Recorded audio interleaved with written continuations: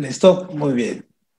¿Qué tal? Buenas tardes. Estamos de regreso aquí, como todos los miércoles, en una sesión más de La Letra Absuelta y esta vez para compartir la segunda parte de nuestra charla que tuvimos el miércoles pasado pre-Halloween. Ahora, bueno, ya es post Día de Muertos. Entonces, bueno, hoy seguimos con el tema que estábamos explorando, el tema de el cine de terror. Primero, en la sesión de hace 8 días, vimos que transmitimos desde un lugar súper padre, ahí desde el antiguo Colegio de Ciencias Químicas, allá en Tacuba, y que estuvo padre porque, bueno, había esta escenografía, estaba todo muy, muy padre. Bueno, pero ahora por otro tipo de cuestiones estamos otra vez desde casa. Entonces, vamos a continuar con esto que estábamos viendo. Hace 8 días vimos la tipología de las películas de terror, cuáles son los tipos, cuáles son sus clichés tan famosos. Hicimos una especie de top 10 y un poco también reconocimos la cuestión de por qué nos gustan las películas de terror y por qué acudimos a verlas estas tan insistentemente. Bueno, hoy lo que vamos a ver es llevar eso, pero al cine mexicano. Y sobre todo es muy curioso la parte del cine mexicano porque hemos tenido producciones de todo tipo y aparte tenemos algunos detalles que México le aportó, le dio su propio matiz al cine, en este caso de terror al mundo, aportó algunas cosas. Ahorita las vamos a ver, algunas cosas muy simpáticas, por cierto, ¿no? Que le dio México y que de repente nos cuesta trabajo entender que somos parte de ello. Entonces, vamos a ver de dónde proviene, cuáles son las fuentes que hacen que se nutra el cine de terror mexicano, cuáles son sus temáticas y veríamos un poco cronológicamente. Aquí no podemos tener como un top 10 de películas de terror como lo vimos en la sesión pasada, pero eh, por la cuestión de que sería muy difícil y sería muy tramposo y dejaríamos muchas películas fuera. Entonces, lo que vamos a hacer es ver una forma cronológica, tomar quizá una de las películas más representativas de cada época para ir pudiendo mostrar su evolución hasta llegar aquí. Y vamos a ver algunos fragmentos ahí cortos de cada una de las películas. Entonces, bueno, vamos a comenzar entonces, bueno, después de estos fantasmas ahí en los bosques, que si ya nadie ha visto alguno de estos, bueno, pues entonces le falta más ir a los bosques. Entonces, cuando hablamos del cine mexicano de terror, no nos referimos al cine de políticos, no nos referimos a este tipo de cosas que se semejan mucho a lo que es el terror, ¿no? Tampoco vamos a hablar, cuando hablemos del cine mexicano de terror, hablaremos de las películas de Derbez, porque más bien esas son películas de terror, en este caso, pero de otro tipo, o más bien películas terroríficas. Pero tampoco hablaríamos de películas de terror con las telenovelas y todos los dramas ahí, como con esta clásica escena, ¿no? Que todos conocemos y que sí nos da bastante miedo ver ahí Tati Cantoral ahí gritándole a la maldita lisiada, ¿no? Como le dice ahí.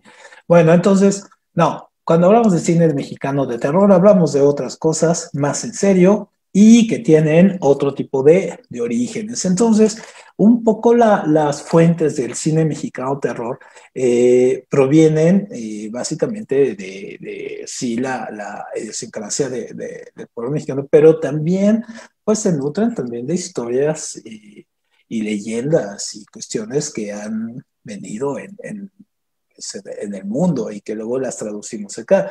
Entonces, algo muy interesante es pensar que el cine de terror mexicano pues tampoco es nada nuevo y empezó realmente cuando empezaron las cintas de terror en el mundo por los años 30, pues también en México comenzaron, o sea, iban a la par. Y hubo una época de oro del cine de terror de México entre los 50 y los 60, fue su gran etapa de oro, fue donde mejores producciones hubo y las más serias. Hay toda una tetralogía que vamos a hablar de ella, que es como la máxima representante de este cine de terror mexicano, es nuestra gran aportación de México al mundo. También en la época de los ochentas, pues vamos a ver la decadencia de las temáticas y cómo ya el cine de terror se vuelve más bien, parecen carnavales de circo. Y el nuevo cine mexicano, cómo ha rescatado un poco con con las tecnologías, con mayor financiamiento, con mayor creatividad y mayores recursos, ha aportado algunas cintas ya que hoy se consideran un poco de culto, ¿no? Y no, tampoco vamos a hablar de Cañitas de Carlos Trejo, que tampoco nos interesa mucho como tal, ¿no? Vamos a hablar de cosas más serias que Carlos Trejo y su pleito con Alfredo Adame. Muy bien, un poco las fuentes del cine mexicano de terror. Tenemos que remitirnos, por ejemplo, a cuestiones como el culto a la muerte, que se tiene desde las culturas prehispánicas, esta cuestión de los sacrificios humanos, esto de sacrificar, ofrecer la sangre, el corazón a los dioses para tener los buenos tiempos, la siembra, el cuidado de los dioses, la renovación de la vida, del sol, del universo, en fin, toda esta cosmogonía que hay alrededor entre la vida y la muerte, que es muy diferente a como nosotros la percibimos ahora, ¿no? Es decir, nosotros vivimos una cuestión de la vida como una cuestión de queremos la eternidad, queremos vivir la vida de manera eterna y hacemos todo lo posible por vivir más y aparecer más joven durante años. Pero hay que pensar que en la antigüedad no es privativo de una, sino en la antigüedad un poco la cuestión era la vida, la trascendencia de la vida era no en esta eternidad de la vida, sino también en la muerte, es decir, la trascendencia también se daba en otros planos, en otras esferas, en otra convivencia, en la convivencia con los dioses. Entonces, pues muchas la cosmogonía que tenemos nosotros, pues proviene también de la herencia que nos dejaron las culturas mexicas, mayas, en fin, todas las mesoamericanas, en fin, toda esta tradición, ¿no? Que cuando nosotros lo vemos o lo acabamos de ver ahora el 2 de noviembre, pues se traduce en esta cuestión del Día de los Muertos, del culto, del regreso, del paso por el río, de los perros como con grandes compañeros para hacernos atravesar el río, y que lo vimos muy romantizado ahí en esta película de Disney, ¿no? De Coco hace 1, 2, 3 años que surgió esta película y mostraba un poco ahí una versión deslactosada like acerca del Día de los Muertos, que es muchísimo más compleja. Por ejemplo, no podemos dejar de pensar en este de Son Pantli, que es esta cuestión donde están los cráneos ahí colgados de los cuerpos que son sacrificados, ¿no? Y que se ponen ahí en honor de los dioses y que esto va a derivar en estas famosas calaveritas de azúcar y de chocolate. Entonces, obviamente, la cuestión de los mexicanos, siempre cuando hablamos de la muerte, eh, tenemos como esta tradición, ¿no? Esta tradición del culto, ojo, esto cuando alguien se embalantona y dice, nos reímos de la muerte y somos súper valientes y cosas así, que bueno, es un poco la parte de la convivencia del asunto, ¿no? Con respecto a estos temas, aunque no, pues no es tan así, ¿no? Realmente cuando nos enfrentamos a este tipo de problemáticas, pues nos damos cuenta que pues no nos reímos tanto de la muerte, sino más bien si no las tomamos muy en serio. Entonces tenemos una tradición muy complicada con ella, entre amor, odio, risa y tristeza. Entonces, obviamente, pues esto nos ha dado tradiciones que se van a explorar mucho en las películas, estas tradiciones como la tradición del Día de Muertos, que lo acabamos de ver, donde el pan tiene una representación, representa algo, los huesitos, las calaveras de azúcar, una de chocolate, la ofrenda, ¿no? Los colores, y que curiosamente esta tradición del Día de Muertos se ha internacionalizado mucho y lo podemos ver, por ejemplo, en algunos países europeos, cómo les ha llamado la atención y son un gran atractivo turístico, incluso el día de Muertos, con los desfiles que hacemos, y que curiosamente tuvo una gran internacionalización a raíz de una película de James Bond, ¿no? Donde se ve un desfile de muertos y que bueno, ahora lo reproducimos aquí en México, que no era un desfile original, sino que fue traído a través de esta película de James Bond, de estas paradojas que vivimos los mexicanos. Muy bien.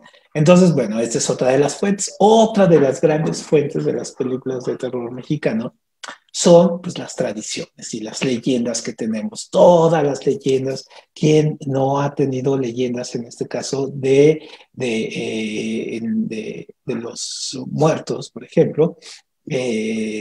No sé, con las que convivimos desde chicos. Y entonces esas leyendas nutren mucho la cuestión. Entonces, por ejemplo, no sé, si uno piensa en la mayoría, cuántas películas de terror mexicanas se ha construido en el mito de, por ejemplo, La Llorona, de el famoso Charro sin cabeza.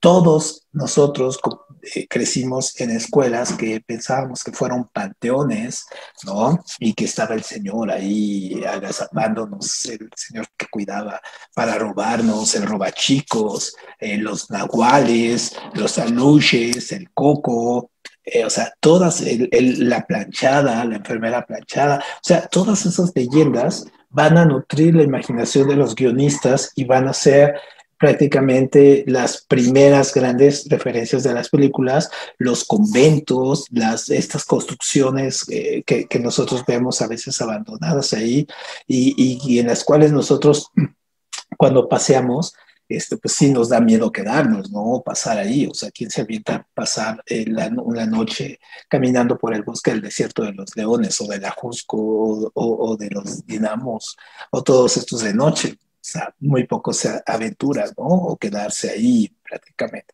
Entonces, bueno, esto ha nutrido básicamente las historias y los guiones. Entonces, ¿cuáles fueron los inicios de estas cintas? ¿De dónde proviene toda esta cuestión de las películas de terror? Bueno, un poco la cuestión tenemos que ver es que el cine de terror mexicano es tan viejo como las mismas películas que comenzaron. Y entonces vamos a tener una gama de películas desde que juegan con el expresionismo tipo alemán, tipo Nosferatu, hasta las películas que tienen una dinámica, por ejemplo, como esta de Estamento tiene miedo, lo vamos a ver, que van a crear toda una escuela que después los directores van a replicar, directores contemporáneos van a replicar. Vamos a llegar a ver estas películas como la de Cronos, que es la primera película de terror de Guillermo del Toro que es producción nacional antes de que se fuera a Estados Unidos. Y, permítame un segundo. Se me fue el estornudo. Y no hay nada peor que se les vaya un estornudo. Es terrible. Eso sí es de terror. Entonces, y vamos a, incluso como estas películas que vemos acá, esta de Alucarda, que es una película que en su momento hasta fue censurada, fue poco, no sé, dejada ahí, censurada en algunos casos, y veríamos algunas otras películas, ¿no? Omitimos algunas que pensábamos que eran de terror, pero en realidad no son de terror como tal, ¿no? Por ejemplo, si pensamos en esta de Macario, eh, no es una película de terror o que tenga estas técnicas de terror. Vamos a ver más adelante en otra charla, vamos a ver películas cuya temática está más en el realismo mágico, más que en el terror o que caen en este asunto. Ahí es donde vamos a ver este tipo de películas como Macario. Por si alguien pregunta por qué no va a estar aquí, pues es prácticamente por eso. Entonces, si nosotros vemos la primer gran película de terror mexicana que tenemos, es esta, ¿no? Es La Llorona de 1933. Entonces es una película, pues sí, básicamente basada en la idea de La Llorona, que es como la gran tradición mexicana y que en varias películas vamos a encontrarnos esta misma temática, películas contemporáneas como Kilómetro 31. Entonces, nosotros hay que pensar que la parte de los efectos son muy simples, ¿no? Si se fijan ahí saliendo la mujer del cuerpo, el espíritu, con unas disolvencias. Entonces, hay que pensar que este es el gran mito mexicano que se puede confundir con una serie de características. Por ejemplo, la Llorona, alguien la puede ver como la Malinche, alguien la puede ver como la tradición griega que viene desde una derivación de esta historia de Medea y Jasón, y que se cristianizó y luego llegó acá a México a través de los conquistadores y luego ya se hizo. Y entonces tiene varias referencias. Y entonces esta cuestión de la Llorona, esta película explora esos primeros mitos a través de la visión de una comunidad indígena, donde encuentran a esta mujer que anda vagando. Ahí es donde se crea un poco la iconografía en esta película, la iconografía que vamos a tener, ¿no? O sea, porque no hay una descripción tal como de la Llorona, pero la película sí necesitaba tener una descripción. Entonces es cuando ponen el velo blanco que camina, el pelo negro, la cuestión está de que va gritando, el hay mis hijos, ¿no?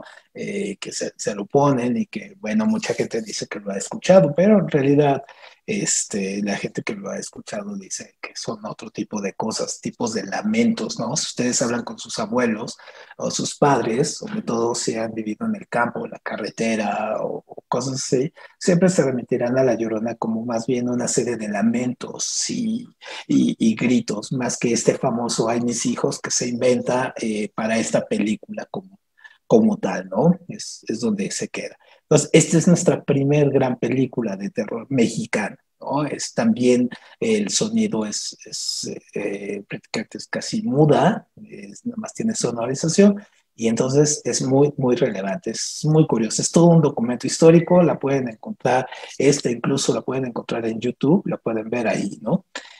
Otra película que le va a dar un gran aporte y que de hecho va a ser toda una secuencia de películas son estas del vampiro.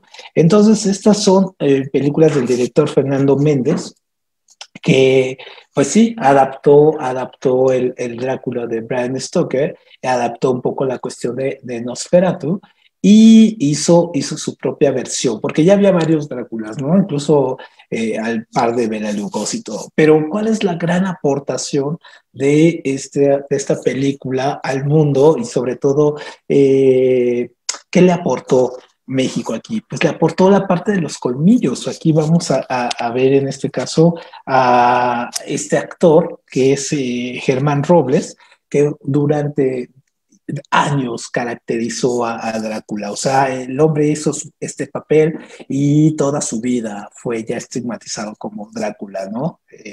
Fue su gran papel, Germán Robles. Y aparte, pues sí, era muy delgado, así, mejillas hundidas, largo, pálido y todo. Pero entonces la gran aportación es los colmillos. Entonces, al director, a este Fernando, se le ocurre pues ponerle los colmillos aquí para que surgiera, ¿no? Y eso es lo que la película es muy chistosa de entrada. O sea, si la vemos con los ojos de ahora, podemos ver así cuando se convierte el murciélago y lo podemos ver el murciélago de plástico, cómo se mueven las alas ahí, como si fuera el plástico, y se ve casi el hilo ahí con el que lo están haciendo volar. Pero la cuestión de que tuviera los colmillos frontales, eso después lo imitó Bela Lugosi y Vincent Price y todos los que hicieron películas de vampiros, porque hay que recordar que, por ejemplo, el Nosferatu sí tiene los colmillos, pero los tiene frontales, los tiene aquí, no los tiene acá, ¿no? Que de alguna manera pues ya le daba otro toque más estilizado, o sea, los dientes bonitos acá y los dientes colmillos. Que después, bueno, hasta en las películas de Crepúsculo se volvieron, ¿no? Cosas, elementos básicos de las películas de terror. Entonces, esta película en su momento sí causó miedo y tiene toda una secuencia. Son como 5 películas de secuencia de esta, que es el original. El vampiro de 1957 de Germán Robles. Entonces, hay hay que verla, ¿no? Muy importante. Luego hubo otras películas de inicio que exploraron algunos temas un poco más en la cuestión expresionista, muy con las luces y sombras, jugar con la oscuridad, jugar un poco con la cuestión del miedo psicológico, o sea, ya empezaban a implementar esta cuestión del miedo psicológico, no tanto el miedo slasher como veíamos, así de la sangre y todo, no, sino un tipo de miedo psicológico. Entonces, tenemos esta película, El fantasma del convento, que también fue una película que tuvo su gran expectativa porque se trataba prácticamente de una mujer que se iba a refugiar a un convento para no, ante la pelea de estos dos hombres que están ahí y que disputaban su amor, ¿no? Entonces se va a refugiar y ahí le suceden cosas paranormales. También tenemos El baúl macabro, en este caso, todas estas son de los años 50, hay que tener en cuenta. Y esta otra belleza, La herencia de La Llorona. Se fijan, el tema de La Llorona va a surgir, ¿no? Entonces, obviamente, también vamos a tener el libro del terror. O sea, en los 50, las películas de terror van a estar muy enfocadas en esta tonalidad, ¿no? A explorar un poco ese miedo. Aunque aquí, y también el cartel, el diseño del cartel, hay que ver lo que es súper importante, los colores, aquí la Llorona flotando, aquí estos dos, que parece como en La Fantasma del Convento parece una película de amor, ¿no? Pero realmente es una película de terror donde la mujer, les digo, tiene que huir de estos dos hombres, ¿no? O esta del baúl macabro, que nos va a recordar mucho mucho lo que pasa lamentablemente hoy en nuestro país, ¿no? Estos encajuelados o estos sepultados, esta gente que es, digamos, que termina siendo asesinada de esta forma. También el gran, digamos, momento inicial de las películas de terror va a ser esta, ¿no? En esta película, que es, en este caso, la de Los dos monjes. Y en este caso, el director, Juan Bustillos de Oro, va a implementar una serie de técnicas muy diferentes para la película. Y entonces vamos a ver ya escenas que sí verdaderamente nos da un poco de miedo con las luces y sombras. Nos recuerda muchísimo a Nosferatu esta película. Vamos a ver imágenes ahí, escenas, tipos envueltos por máscaras, vamos a ver por primera vez ahí un poco la especie de rituales al demonio. Y entonces, imagínense la gente que iba a ver, al cine a ver esto en blanco y negro, con apenas diálogos en estas películas, pues terminaban completamente, pues sí, muy asustadas, ¿no? Era una cuestión de miedo de veras, ¿no? Pues hay que recordar que tampoco había muchas lámparas, no había mucha luz, no había todo lo que tenemos. Entonces la gente, después de ir a ver al cine esto, llegaba a sus casas un poco aterradas, ¿no? Un poco asustadas, y entonces algunos no sé, gente que le tocó vivir de niño esto, entonces me acuerdo que, pues sí, llegaban y prácticamente a trincherarse después de ver esta película, ¿no? En el cine, y llegar y aprender todas las luces toda la noche y poner los rosarios y empezar antes de dormir, en fin, ¿no? Bueno, otras películas también mexicanas de la época de los 50, es decir, de esta época que va empezando y que le debemos a este director Juan Bustillos de Oro, es la cuestión de las películas de terror donde empiezan a fusionar, y esta es otra gran aportación de los mexicanos al cine de terror, que es muy loco y que después lo iban a imitar en estas secuencias noventeras de los 2000 No es otra película de miedo, en fin, ¿no? Todas estas sátiras. Entonces, pero aquí no son sátiras, aquí son películas que parecían o pintaban como películas de miedo reales, pero realmente caían un poco en el absurdo kitsch, ¿no? Y entonces, en las películas de miedo de repente meten a los luchadores, ¿no? Y a los cómicos. O sea, vamos a ver películas de terror donde vamos a ver en este caso, a Cantinflas, por ejemplo, vamos a ver a Cantinflas, vamos a ver a Resortes, vamos a ver a Clavillazo, a Tintán, no sé, peleando contra los monstruos, contra los, digamos, con los demonios y todo, pero la gran aportación son los luchadores, ¿no? Donde vamos a ver a los luchadores, en este caso, peleando ahí contra las momias, o los vampiros, contra los espectros, ¿no? Entonces, era una forma de promocionar también la lucha libre. Entonces, la bestia magnífica con Miroslava, esta mujer hermosísima que terminó suicidándose por culpa de un torero, ¿no? Y el signo de la muerte. Entonces, cada una de este Juan Postillos de Oro, pues va a implementar, ¿no? La cuestión de el terror con los luchadores y el terror con los cómicos. Entonces, si estas las pueden encontrar en Sigma Films, o también, si tienen suerte, incluso en YouTube las pueden encontrar y verdaderamente son muy divertidas, son loquish de loquish, ¿no? Entonces, bueno, pues también Juan Postillos de Oro, pues un poco encaminado y un poco picado, produjo y tenía sus directores de cabecera. Y entonces fue el primero que hizo a este personaje, al Blue Demon, ¿no? Incluso es demonio azul, ¿no? Entonces, en esta película de Blue Demon contra las diabólicas, bueno, pues aquí nos divertimos mucho porque vemos realmente la primera película dejen ponerle aquí el marcador, aquí podemos a Blue Demon en su aspecto así, todo galán, todo macho, así, las mujeres viéndolo ahí con amor, pasión, el hombre ahí terrorífico, que es el policía, ¿no? Que tiene que luchar ahí y todo. Y entonces vemos aquí a Blue Demon, ¿no? Peleando, que después se le va a agregar el santo, pero al principio fue el cavernario Gold Rubisky y Blue Demon, los que hicieron las películas de miedo con luchadores, y acá, ¿no? Blue Demon contra el poder satánico, ¿no? Que nos recuerda a Itati Cantoral cuando decía, enséñame tu poder satánico. Entonces, bueno, aquí vemos, o sea, incluso el diseño de los carteles también hay que disfrutarlo mucho, porque, bueno, también representan toda una época y tienen una estética, y los que saben de arte pueden entender perfectamente la estética que maneja el cartel, ¿no? Que también representa la ideología de la época, los gustos, los miedos, lo que pasaba en la época, ¿no? Entonces aquí vemos al Blue Demon ahí también presentando por primera vez al santo, el enmascarado de plata, en una lucha contra los demonios. Y luego también vamos a tener otro tipo de películas donde vamos a tener a los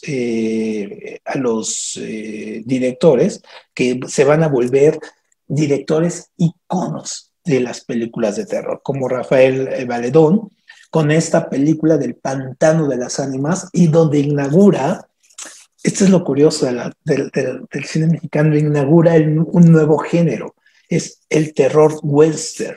Entonces es este tipo de películas donde el terror se va a llevar a los ranchos, donde vemos a los demonios de las rancherías peleando en este caso contra los rancheros ahí, contra los mariachis, luchando cuerpo a cuerpo entre ellos, ¿no? Entonces este Pantano de las Ánimas podemos ver, por ejemplo, ahí a todo un grupo de rancheros mexicanos peleando contra ánimas que se quieren posesionar de los cuerpos de sus princesas, ¿no?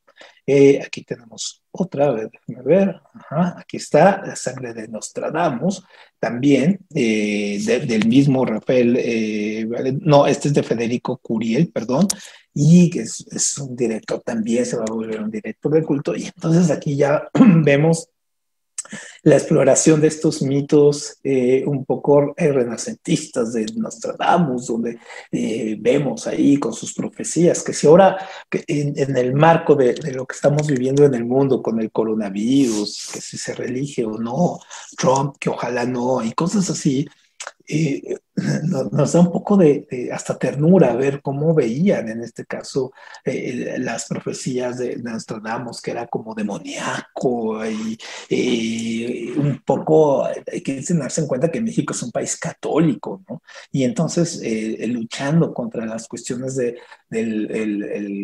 contra el catolicismo, entonces había que quemarlo, justificando un poco la brujería, la quema de las brujas, en fin, ¿no? Entonces es una película bastante interesante y vemos ahí cómo quieren justificar incluso los linchamientos.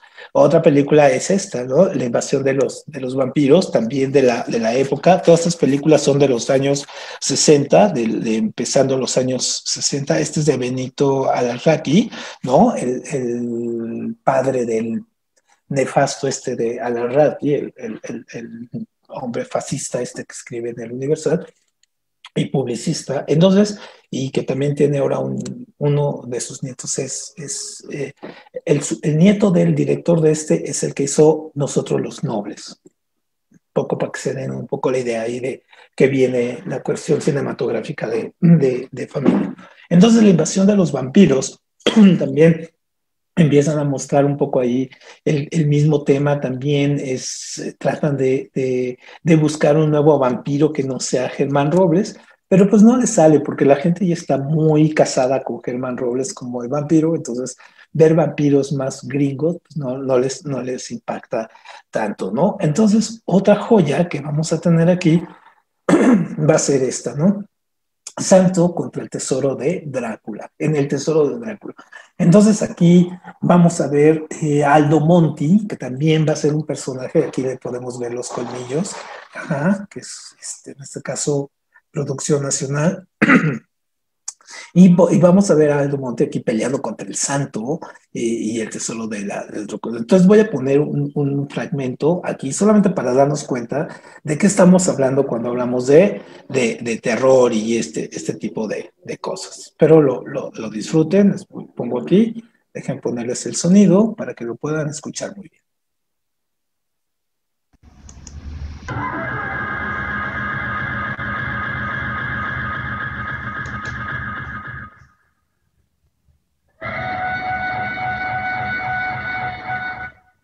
Rey y Señor de las tinieblas, he aquí dos nuevas sacerdotisas que van a ingresar a tu corte infernal, a la legión de los muertos vivos.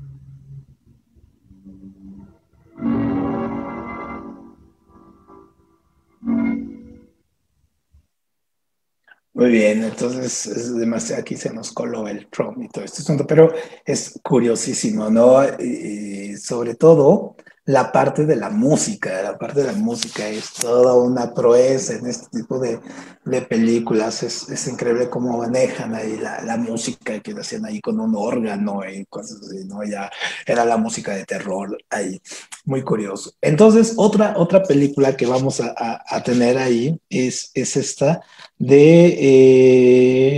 déjeme ver, de René Cardona. Aquí vamos a tener a René Cardona, que es La Casa del Terror. Y entonces aquí vemos también cómo introducen esta época del cómico, ¿no? Aquí Tintán, imagínense, Tintán haciendo su primer película, que en Estados Unidos le pusieron esta cara de el lobo o el cara de lobo gritando, ¿no?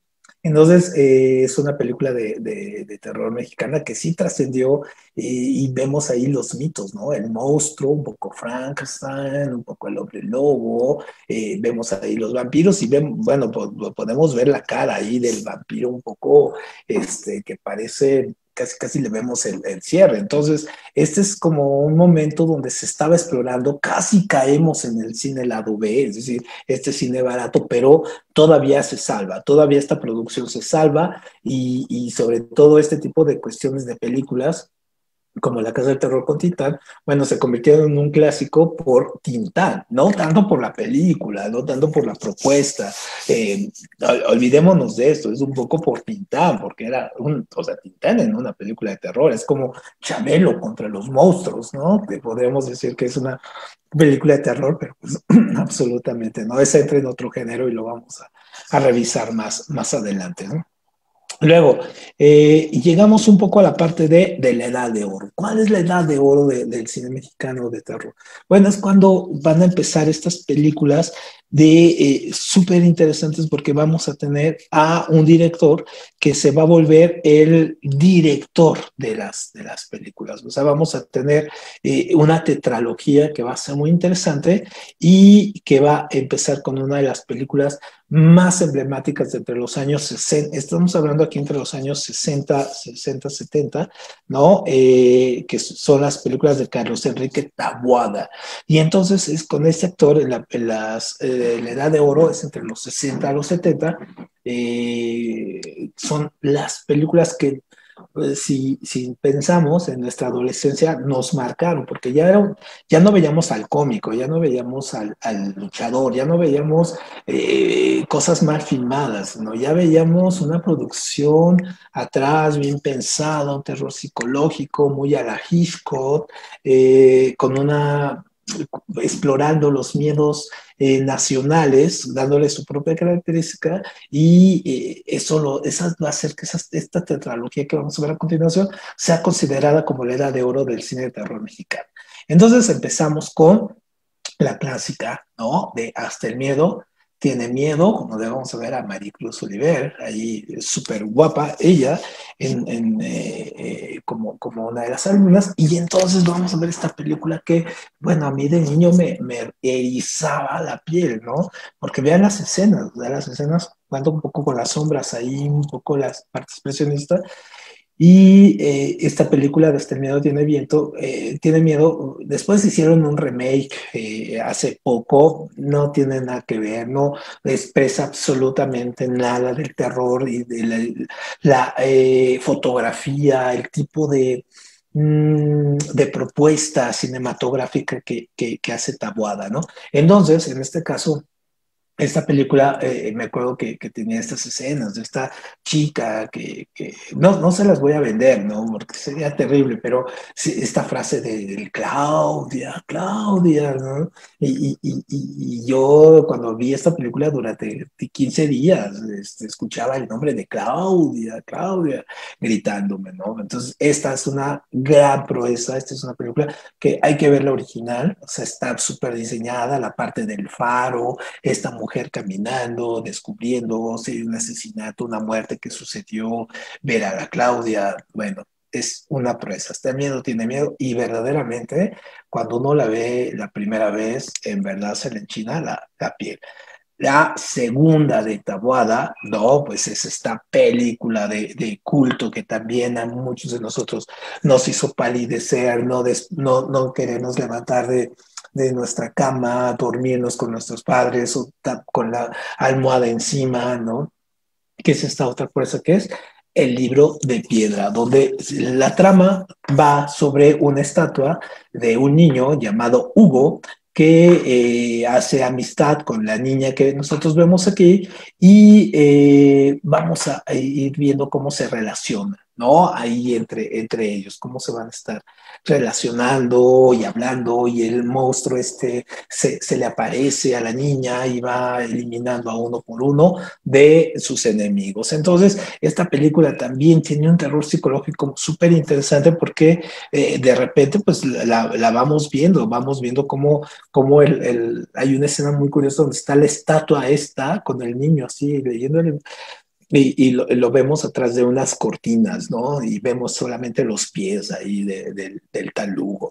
Y entonces, bueno, se le aparece al papá ahí en el coche, el talugo atrás. Bueno, es una película verdaderamente terror. Y aparte la música, la cinematografía, siempre con esos tonos como melancólicos, otoñales, como de atardeceres. En fin, sí nos remite mucho a la parte de los miedos psicológicos reales, ¿no?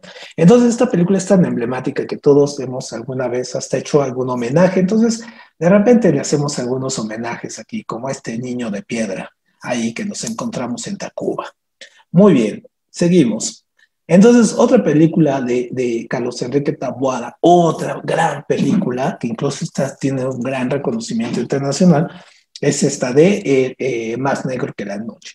Entonces aquí vemos una película donde nos remite mucho a los cuentos de Edgar Allan Poe con la del gato negro, y donde podemos ver este miedo que le tenemos irracional e inducido hacia los gatos negros, ¿no? Que no es nada real, y que incluso hay un libro que se llama La Gran Matanza de Gatos, donde hace una referencia de dónde proviene este miedo hacia los gatos o por qué surgió, ¿no? No tiene absolutamente nada que ver los pobres bichos que son tan simpáticos, los michis. Entonces, en esta película se explora esta relación, por ejemplo, de este gato con toda una familia que llega a una casa o que queda encargado este gato, y entonces el gato los comienza a asustar a uno por uno. Y otra vez regresamos a ese miedo psicológico, racional, oscuro, de noches sin luz y ese asunto. Es una gran película. Y para cerrar la tetralogía, entonces tenemos esta de Veneno para las Hadas, de también Taboada. Y entonces aquí explora, es un terror un poco más sutil, porque aunque no vemos espantos y todo, sí nos asusta, por ejemplo, el pensar que esta niña se asume como bruja y luego va a tener las últimas escenas, que incluso se pueden revelar aquí en el cartel, si nos remiten un poco al asunto de cómo de repente la manipulación, la falta de atención o una serie de situaciones, pero sobre todo la manipulación ideológica tipo secta, esto de que nos te laven el cerebro, puede producir cuestiones increíblemente nefastas. Y la persona que se ve la tierna, pues resulta ser la mala, y la mala en realidad termina siendo la víctima. Entonces, este es el ciclo de oro. Y estas películas, me acuerdo que durante algunos años, pues las pasaban en el Canal 5 ahí para que las viéramos. Perdón, en el Canal 2 los sábados en la noche para que las viéramos. Y entonces, aún así, yo teniendo 30 años, me seguían dando miedo cada vez que las veía, y trataba de no verlas tan seguidas, ¿no? Entonces, una gran película también, esta. Otra película que explora ya, esta sí estuvo súper ruda en su momento, y entonces esta tuvo una repercusión internacional. Este, la actriz tuvo ahí una serie de historias secretas, esta película, y que después un director español, que lo omitimos en la sesión anterior, Alex de la Iglesia, utiliza en una película que se llama El Año de la Bestia, ¿no? Utiliza un poco la iconografía de Alucarda, ¿no? Esta del demonio ahí presentándose a la mujer. Entonces, obviamente también es una gran película. Esta es de los 70 y es de Juan López Moctezuma, y entonces obviamente esta película tuvo producción, pues mucha lana, y entonces se parece mucho al slasher, en este caso de las películas gringas, y pues también tiene mucho la cuestión del gore, ¿no? O sea, digamos que la primera película mexicana gore que va a tener, y pues sí, fue una película pues censuradísima en su momento, ¿no? La gente sí, en verdad le tenía mucho miedo a esta película que hablaba del anticristo, la llegada de él, ¿no? En los símbolos aquí que se parecían mucho a los de que utilizan después las películas como Demian y todo. Entonces aquí vamos a ver mucha sangre, descuartizamientos, ofensas, blasfemias, cosas así. Por eso es una película también de culto y representante de esta época de oro. Otra película representante de este momento es La tía Alejandra. Entonces ahorita vamos a ver solamente un fragmento, para que no nos gane el tiempo, vamos a ver un fragmento de La tía Alejandra, porque veamos de qué estamos hablando cuando hablamos de este miedo también. Aquí le voy a adelantar un poco.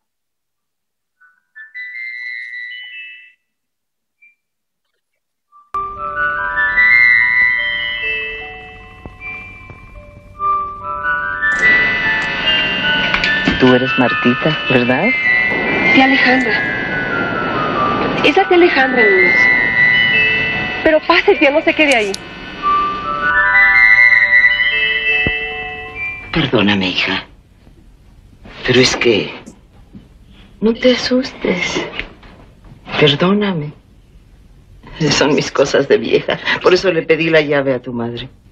Solo vine a decirle que ya llegaron sus cosas. Ah, sí, claro. Bajo enseguida. ¿Me perdonas, verdad? Todo es otra cosa. Todo es otra cosa. Todo es otra cosa. Todo es otra cosa. Quiero advertirles que hoy más que nunca tienen que portarse muy bien con la tía Alejandra. Portarse bien significa ser muy buenos con ella. Acomedirse en todo lo que necesita. No quiero castigar a nadie por esto. ¿Me oíste, Andrés? ¿De acuerdo, María Elena? Chao. A ella le debemos todo lo que hay en esta casa. Buenos días.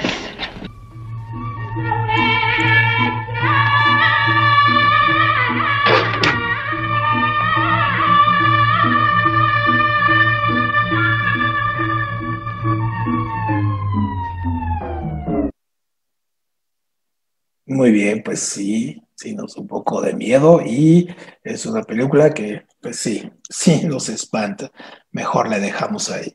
Y luego tenemos Los Decadentes 80. ¿Por qué Los Decadentes 80? Bueno, porque Los Decadentes 80 se volvieron películas que ya eran circos, ya no eran películas de terror, más bien eran verdaderamente circos y que querían imitar un poco lo que estaban haciendo los Estados Unidos y entonces caían en los ridículos y decían unas cuestiones entre meter actores que salían en películas de fichera con algunas actrices que eran poco conocidas, historias, efectos especiales chafísimas y hasta cantantes pop de la época, ¿no?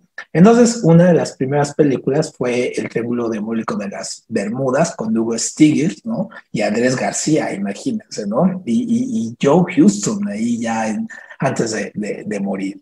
Y entonces, obviamente, esta película de René Cardona, el hijo, Junior, aquí nos mostraba el asunto de una muñeca extraída de un barco de Triángulo de las Bermudas y todo lo que la fantasía del Triángulo de las Bermudas, los extraterrestres, ovnis, pulpos gigantes. Pero veamos esta pequeña escena.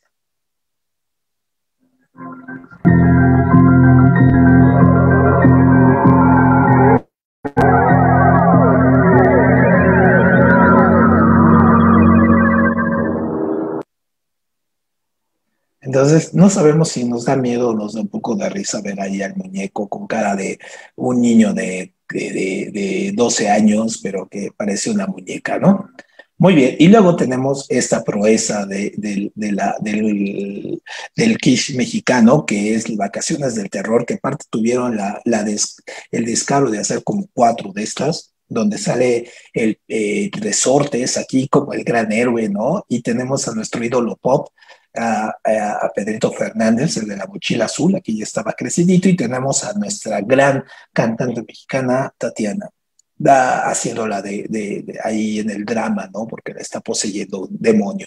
Entonces, esta película, pues realmente ya fueron muy cómicas, hicieron varias, hizo como 5 o 6 de estas acerca de la casa de las vacaciones del terror, ¿no? Entonces ahí sí es donde ya nos ponemos a pensar, híjole, que se fumaban estos tipos. Y entonces, otra película que es como continuación de esta es, vemos, ahí tenemos la muñeca maldita haciendo sus caras, ¿no?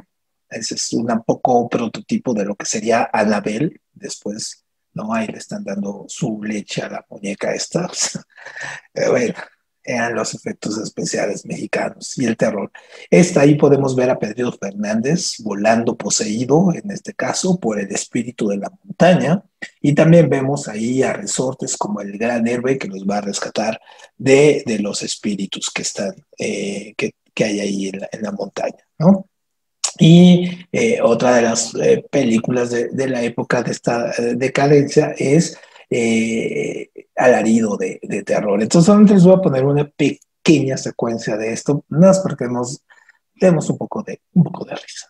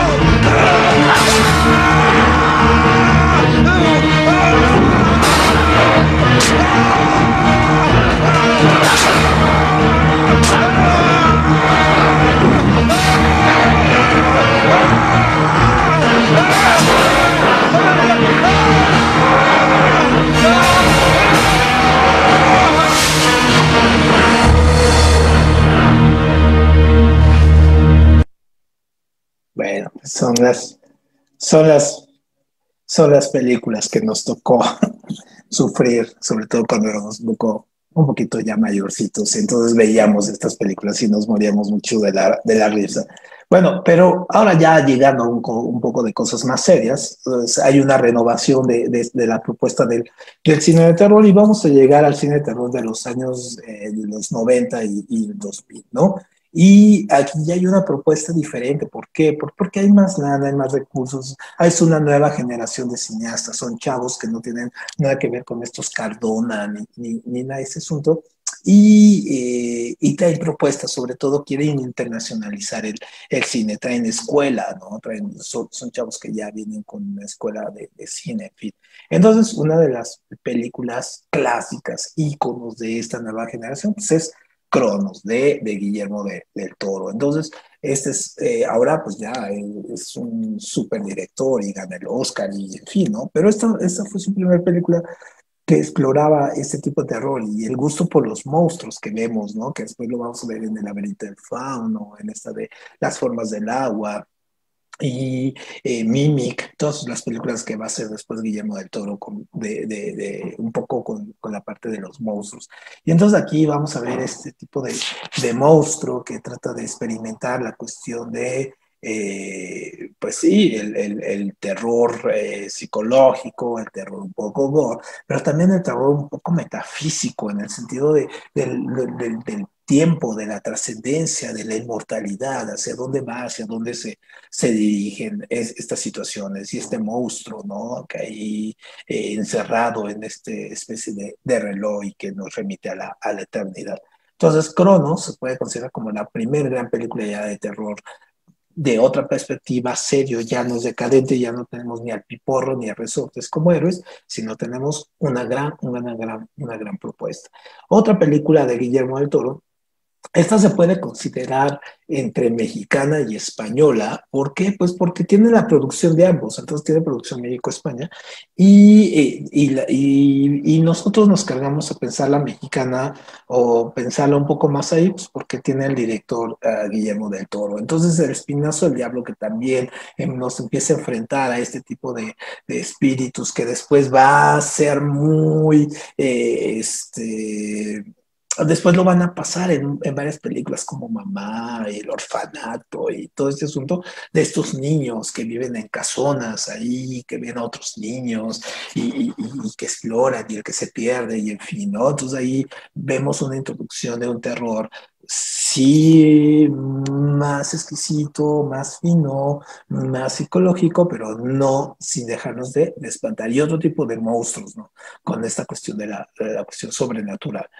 Y también en esta época vamos a tener cantidad de películas con referencia a La Llorona, ¿no? Entonces tenemos las Lloronas, ¿no? Que es de los 90, con Miguel Ángel Rodarte, Tina Romero, imagínense, y Rosa María Bianchi.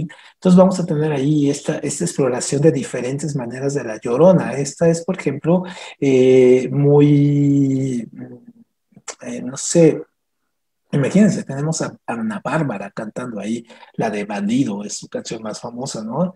En esta película. Entonces, obviamente exploran el mito a través de llevar la Llorona en la actualidad. ¿Cómo se vería hoy, ¿no? El mito de la Llorona. Entonces, vamos a tener, esta es una, esta es otra, Joquel, que es la misma cuestión de la Llorona. Vamos a ver un poquitito nada más de este trailer que también explora el mito de la Llorona.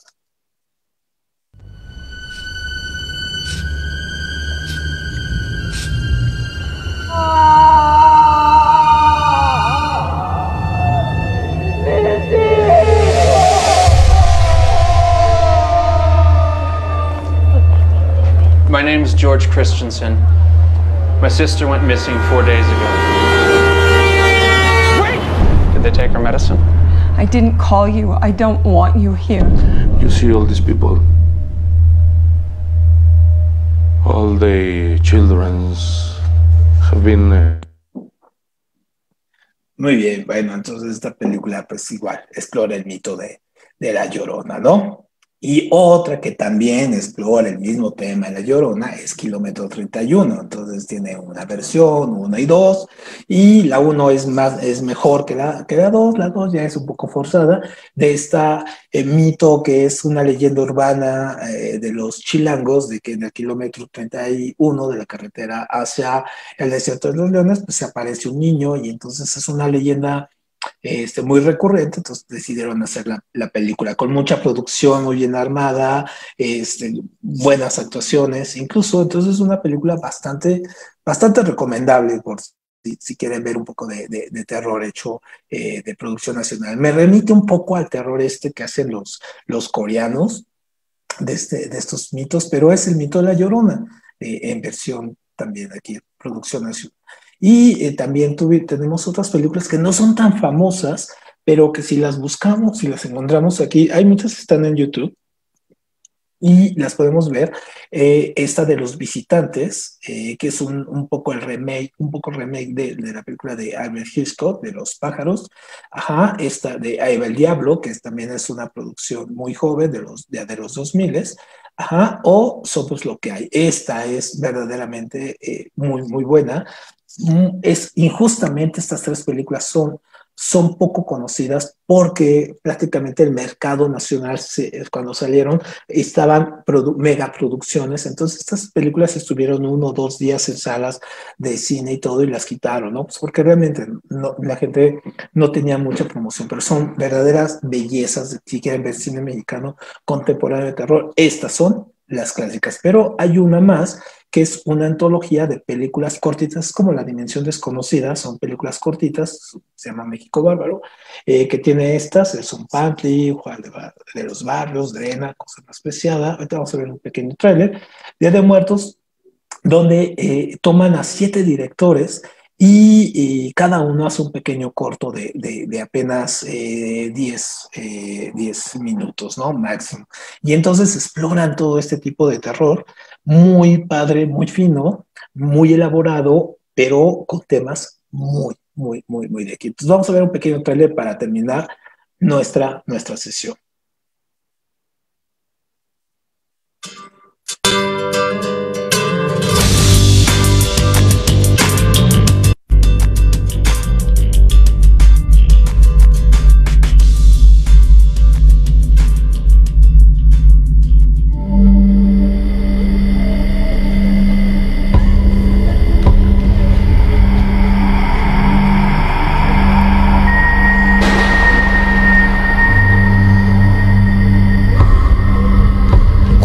Guerreros se sentían amenazados.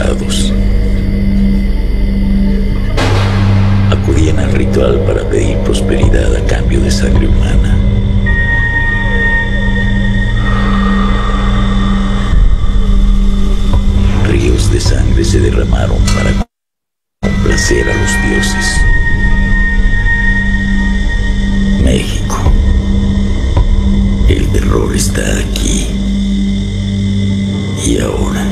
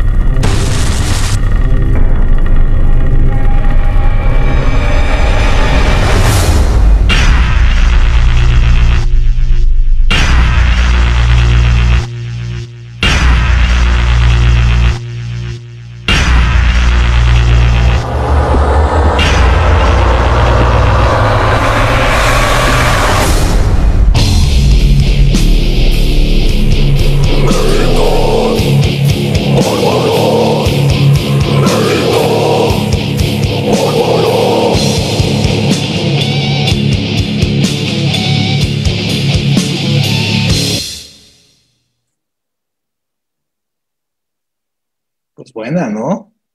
Se ve buena la película esta. Entonces, bueno, prácticamente ahí.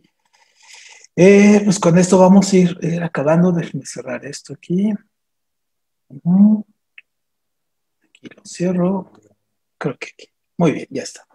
Entonces, sí, es otro tipo de películas. Y entonces, pues sí, es el nuevo cine de terror mexicano que podemos nosotros encontrarnos aquí en esta solución. A ver, aquí no me deja salir. Un segundo, vamos a acabar. Por alguna cuestión no me deja salir. Bueno. Y podemos pasar. Bueno, pues con esto vamos a terminar nuestra sesión con este tráiler y tomando en cuenta de que pues obviamente todas estas películas pues sí, nos van a remitir a otro ciclo de películas que vamos a ir explorando poco a poco. Vamos a ir viendo otro tipo de géneros, pero bueno, prácticamente hoy me dio bastante gusto haber terminado aquí. La próxima semana vamos a comenzar con el tema que ya habíamos propuesto, que era historia de la ciencia, ¿no? Entonces, para ir acabando. Muchísimas gracias. A ver, permítame aquí, que se nos fue. Ajá, no sé qué pasó. Bueno, para despedirnos de manera formal y bien. Ahí está. Muy bien. Creo que ahí está. Muy bien, entonces, pues muchísimas gracias. Nos vemos la próxima sesión y ya no les puede pasar mi película favorita, que es esta, que es El Santo contra las momias de Guanajuato, ¿no? Esa es mi película favorita de terror mexicana. Y nos vemos la próxima semana en la parte de Historia de la Ciencia. Muchísimas gracias. Gracias al equipo de Lazos Químicos por permitirme aquí el espacio. Muchas gracias. Muchísimas gracias, Arturo. Muchísimas gracias a todas las personas que nos están acompañando en vivo vía Facebook Live a través de Lazos Químicos y Un Minuto, Un Libro. Y bueno, como ya escucharon a Arturo, la siguiente semana empezaremos un tema bastante interesante, que es la historia de la ciencia. No se lo pierdan en la sección cultural de la Facultad de Química. Gracias, Arturo. Gracias a todos. Hasta la siguiente semana. Gracias.